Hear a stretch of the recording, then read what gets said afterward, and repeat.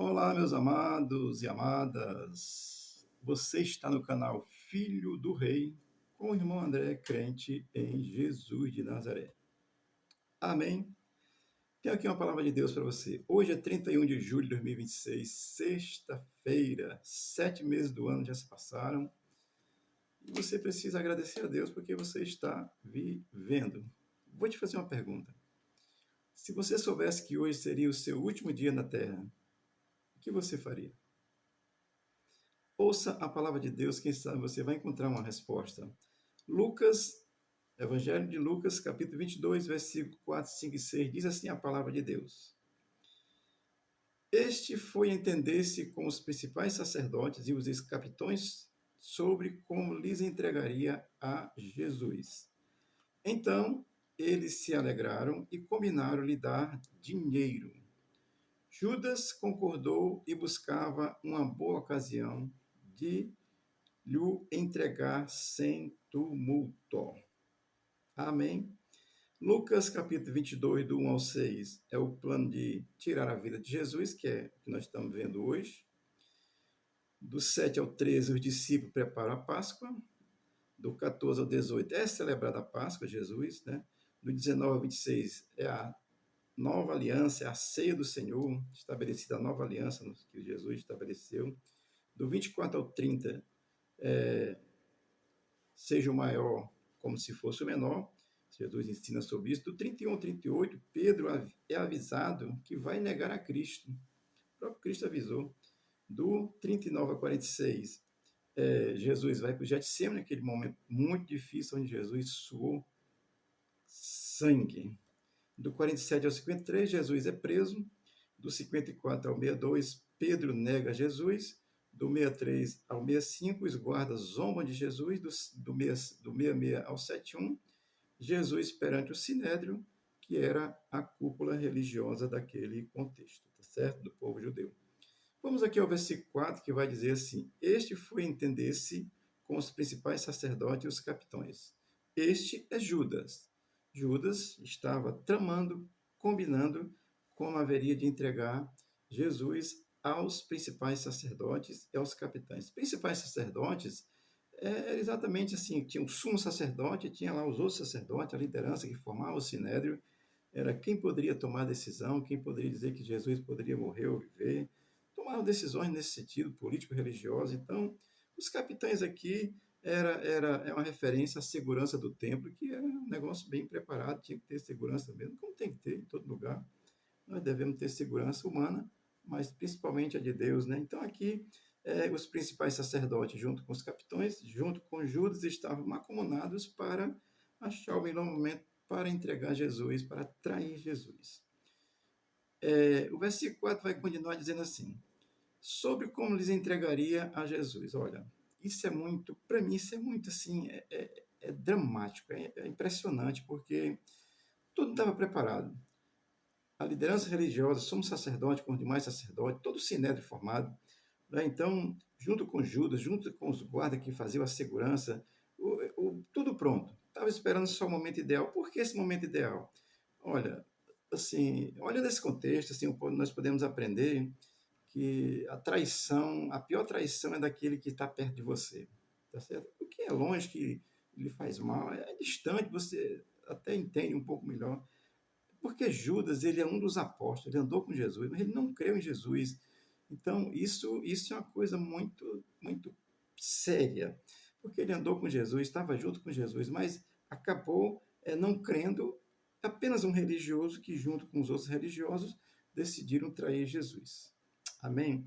Entender isso é importante, tá certo? O versículo 5 vai dizer assim: Então eles se alegraram e combinaram lhe dar dinheiro. Ou seja, os sacerdotes estavam tentando. Alguém tem que trair, alguém tem que nos entregar esse camarada aí. É o dedo duro, né? Amém, Jesus. Então, quando Judas vem dizer, olha, rapaz, eu sei como é que eu faço isso, eu sei onde é que ele fica, eu sei onde ele dorme, eu sei os passos dele, porque estava com eles, é um traidor.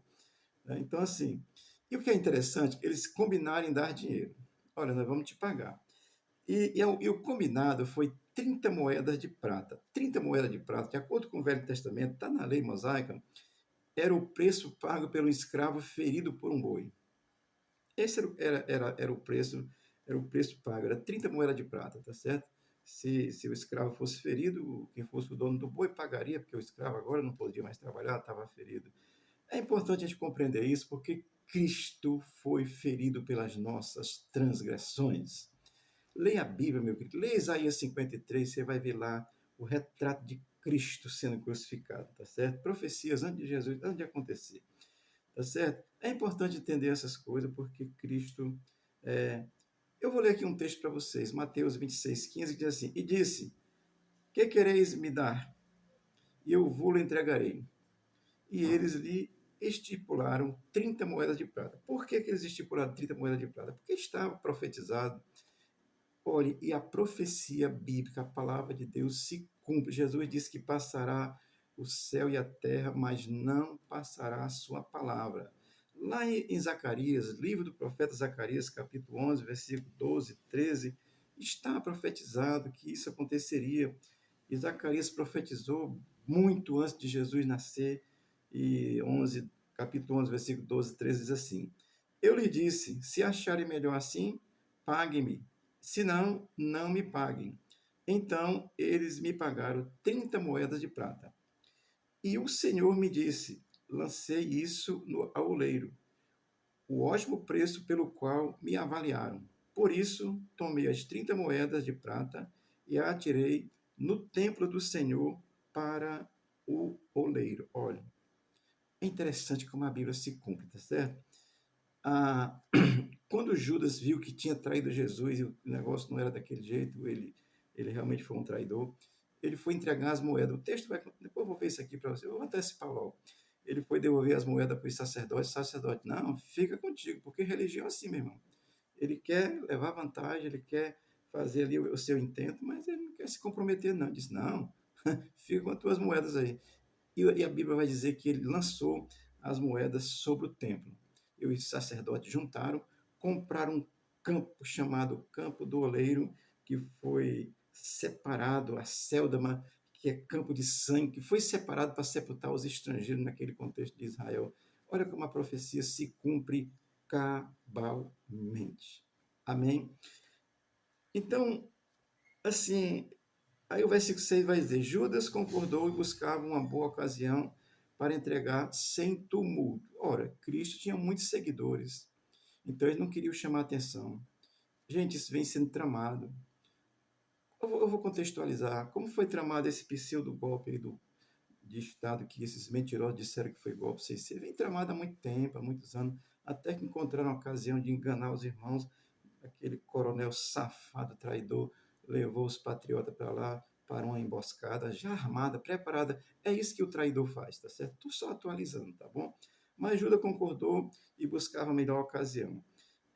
Qual foi a melhor ocasião que eles acharam? Foi na festa dos pães asmos, que é a mesma festa da Páscoa. A Páscoa era celebrada, começava a Páscoa, durava 7 dias, terminava com a festa dos pães asmos. Então, nesse período, Israel estava em festa, o pessoal celebrava em suas casas, se juntava às famílias, matava ali um carneiro e tal, e era celebrado, tinha festividade no templo. Então, a cidade estava praticamente as ruas vazias e tal, porque o pessoal ficava nas suas casas celebrando. Então, ele procurava esse momento para que não houvesse tumulto, para que os discípulos de Jesus não se impusessem, tivessem, criassem um problema. Olha, o mal age sorrateiramente. E aqui, olha, eu vou dizer e repetir isso para você, já disse uma vez. O Satanás não vai aparecer para você com um tridente na mão, cuspindo fogo, não, vestido de vermelho, com os olhos de fogo, não. Ele vai aparecer na figura de alguém, de uma pessoa, de um sistema religioso. É assim que ele aparece para o mundo, tá certo? Então aqui Judas, junto com a liderança religiosa, combinaram fazer isso na Páscoa para que fosse sem tumulto. O traidor de Cristo, ele, ele fez isso, e os traidores agem a si mesmo, agem sorrateiramente às escondidas, tá certo? Sem tumulto, era por isso, para que aqueles que seguiam Jesus não se levantassem e tal, e fosse um problema sério. Então, eles usaram o melhor momento, que era o momento da celebração da Páscoa, tá certo? Eu quero, assim, aprender com isso que a traição ela é um ato de covardia. Olha, daqueles que às vezes querem fazer o mal, porque o traidor só quer fazer o mal. Ninguém trai para fazer o bem, só trai para fazer o mal. E é um ato de covardia, tá certo? Isto ocorreu, assim, com Jesus, ocorreu no mundo anterior de Jesus, vai continuar ocorrendo até a vinda de Jesus, porque o traidor continua aí.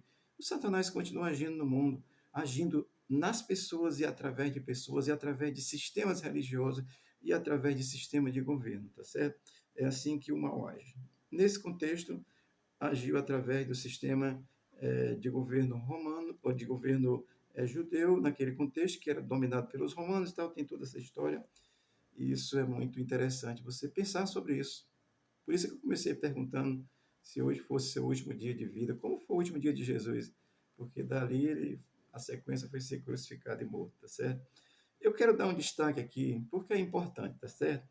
Cristo tinha que morrer. Ele veio ao mundo para isso, ele veio ao mundo para morrer. Para quê? Para retirar o pecado do mundo. Eu já disse, Isaías 53, lê lá, você vai entender. Explica isso antes que Jesus nascesse, tá certo? Então ele veio para essa missão, ele tinha que morrer. Mas o que mais me chama e que mais me impressiona é que um dos seguidores de Jesus, junto com a cúpula religiosa, traíram Jesus. Isso é que me impressiona, tá certo? Porque, e eu vou repetir para você, por isso é que eu tenho medo de religioso. Eu tenho dito para você que eu sou o irmão André, crente em Jesus de Nazaré, não sou religioso, apesar de pertencer a uma religião que é o protestantismo, tá certo? Protestantismo contra quê? Contra tudo que fala, que nega Jesus como sendo a verdade de Deus, tá certo? Só isso e nada mais do que isso, tá certo? Mas eu quero concluir essa breve reflexão lendo João, Evangelho de João, capítulo 3, versículo 16, 17 e 18, que diz assim. Versículo 16 diz: Porque Deus amou o mundo de tal maneira que deu o seu Filho unigênito, para que todo aquele que nele crê não pereça, mas tenha a vida eterna. Versículo 17. Porque Deus enviou o seu Filho ao mundo, não para que condenasse o mundo, mas para que o mundo fosse salvo por ele. Versículo 18. Quem crer nele não é condenado, mas quem não crê já está condenado, porquanto não crê no nome do unigênito Filho de Deus. Amém? Então, querido, se você quiser resolver esse problema do seu último dia de vida, é a fé em Jesus. Amém? É crer em Cristo, é a solução.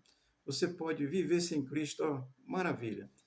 Faça o que você quiser e você pode viver sem Cristo. Agora, eu te digo uma coisa: morrer sem Cristo tem valores eternos, você estará separado de Deus eternamente, porque Cristo morreu para nos livrar dessa condenação eterna. Deus te abençoe. Foi traído pelas nossas transgressões, foi moído, apanhou, foi crucificado, assim escorraçado, cuspiram na cara, zombaram dele, coroa de espinho, tudo mais que você possa imaginar. Entretanto, foi por amor a mim e a você. E a única coisa que você precisa fazer é crer nele e somente nele. Deus te abençoe, Deus te guarde. Se hoje for o teu último dia, eu te convido a aplicar a tua fé exclusiva em Jesus Cristo, porque isso fará toda a diferença, porque tem valores eternos. É por toda a eternidade, tá certo? Mas não espere pelo último dia, não, porque você não sabe se vai dar tempo. Faça isso hoje, se você ouvir essa palavra, porque a finalidade de Cristo ter vindo à Terra e ter morrido e ter ressuscitado foi para que eu e você pudéssemos ter vida eterna com Deus futuramente, hoje e futuramente. Deus te abençoe, te dê uma boa sexta-feira. Sextou. Não vai fazer besteira, não, rapaz. Tenha cuidado. Deus te abençoe e te guarde. Em nome de Jesus. Amém.